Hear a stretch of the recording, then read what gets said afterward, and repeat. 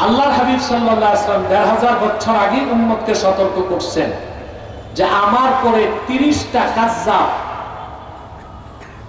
মিথ্যা নবুয়তের দাবিদারের প্রাদুর্ভাব ঘটবে। কয়টা? ৩০টা। এর মধ্যে সিদ্দিক আকবরের জমানাতে আমরা দেখি কুখ্যাত মুসাইলামাতুল কাজ্জাব।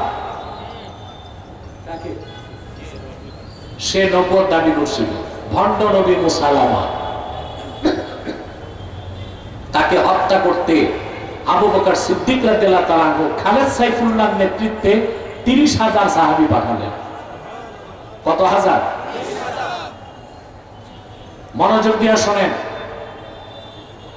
রাসূল করিম সাল্লাল্লাহু আলাইহি ওয়াসাল্লামের নূরের জমানায়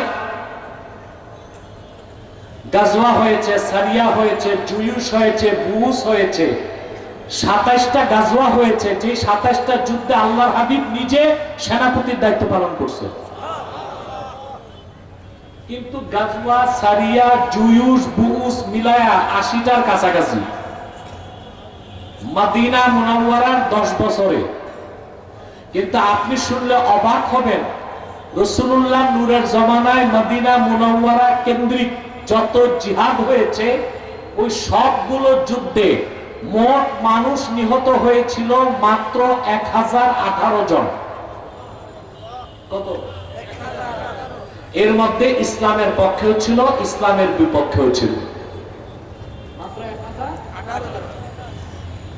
অথচ শুধুমাত্র মিথ্যা নবুয়তের দাবিদার মুসাইলামাতুল কাজ্জাবকে হত্যা করতে যেদিন সাহাবায়ে কেরাম গেলেন, ওই একদিনের যুদ্ধে ২৪০০ সাহাবী শাহাদাত বরণ করছেন। এর মধ্যে ৭০০ সাহাবী ছিলেন কোরআনের হাফেজ। হযরত ওসমান আতঙ্কিত হয়ে গেলেন এবং সিদ্দিক আকবরের নির্দেশে তিনি কোরআন শরীফের নুসখা লিখিয়ে লিখিয়ে সারা মুসলিম বিশ্বে ছড়াই দিয়েছেন যে একটা যুদ্ধেই তো ৭০০ হাফেজ সাহাবী শহীদ হয়ে গেছে। তাহলে ইসলামের ১০ বছরে রাসূলুল্লাহর নূরের জমানায় মদিনা মুনাওয়ারার ১০ বছরের জিন্দেগিতে এতগুলো গাজওয়া হলো, সারিয়া হলো, জুয়ুশ হলো, বুয়ুস হলো, যুদ্ধ হলো, মোট মানুষ নিহত হয়েছিল ১০১৮ জন।